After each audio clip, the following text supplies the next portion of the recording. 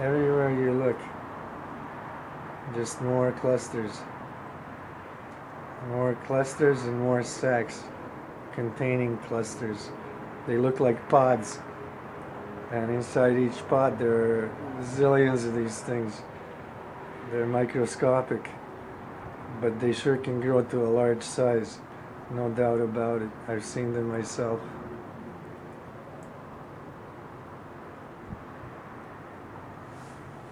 So they've been eating all the trees, they're eating all the pigeons and seagulls in Toronto. I can't find a real one.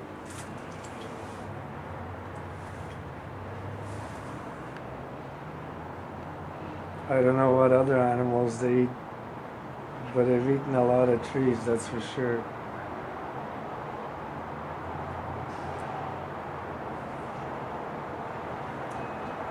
There's a hot one right there.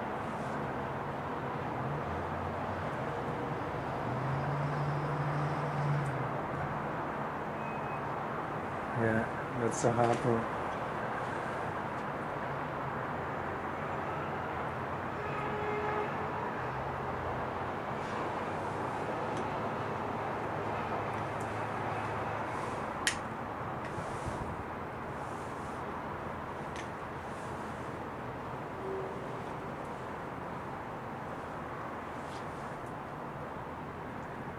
Look how many there are. For everyone that glows, there's thousands that don't glow. Because they only need one to glow and recharge and regenerate the energy lost by the rest of them.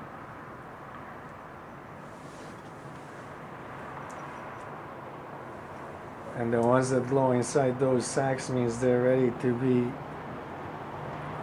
coming out soon. And once they come out, they're like little grubs, but they can fly. I have some videos of them down by the lake where you can see them fly. They look like bumblebees, except no wings. There's another glowing cluster, couple of them right there in that sac.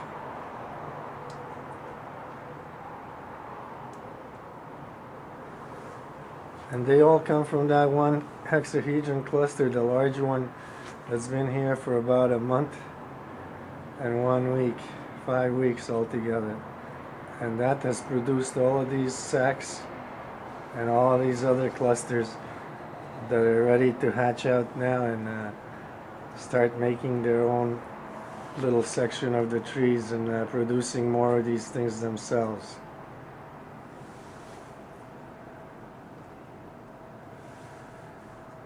And if you think I'm crazy and I'm bullshitting and I'm making this up, you're a sorry person.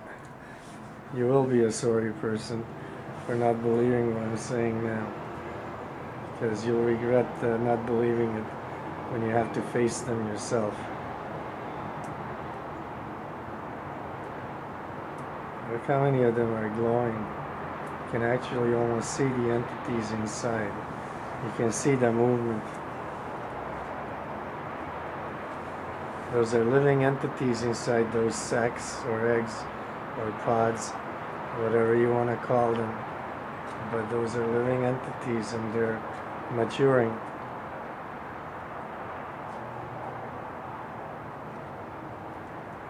And these are not holograms. Those are not in a position to make holograms. They haven't really been born yet. They're just in the stages of pre-birth, where they're growing inside the sac, which protects them. But you can see the sizes of the sacs very clearly. And you really need a good camera to catch them like this. You have to have great zoom power, and you have to have a camera that has clear zoom at a long distance.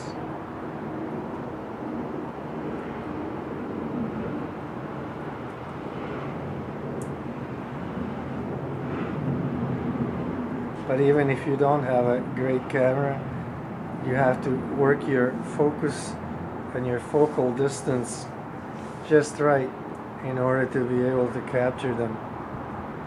Because you can do it with even the cheapest of cameras if you learn how. It's all about focal distance and fine-tuning your focus to be able to see them. Look at the size of that sack. It stretches from the top of that tree almost to the ground, and that's a 30, maybe more, maybe 40-foot tree. And the size of the sack.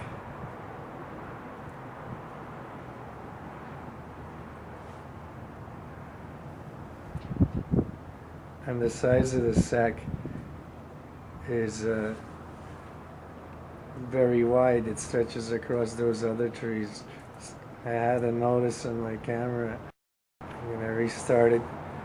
Okay, so what I was trying to say before that little red mark and some letters came on my screen. I don't know what they said, but nothing good, I can tell you. It means that they're trying to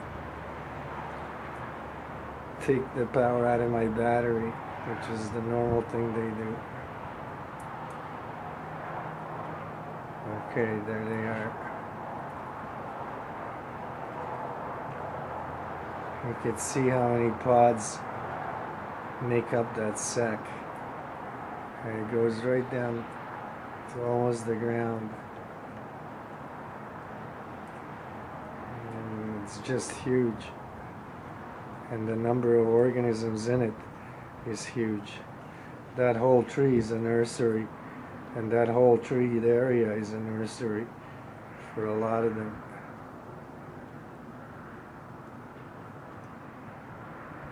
There's more trying to glow. What they've been doing is collecting all the sun's energy all day long since it was so sunny, and now they're charging up. That place will look like daylight at night tonight because they'll be all charged up, and that makes them mature much more, much quicker, and that means they'll be hatching even sooner than expected. There's some more up higher. That's the one that glows all night. That's a big one. You can see it. Back up. Look at that whole tree. Well, that's where the hexahedron is at night that I found. That whole tree is full of entities, and they all contribute to that one hexahedron cluster that glows, and that's the nucleus for that whole group or bunch of alien entities in all of those trees.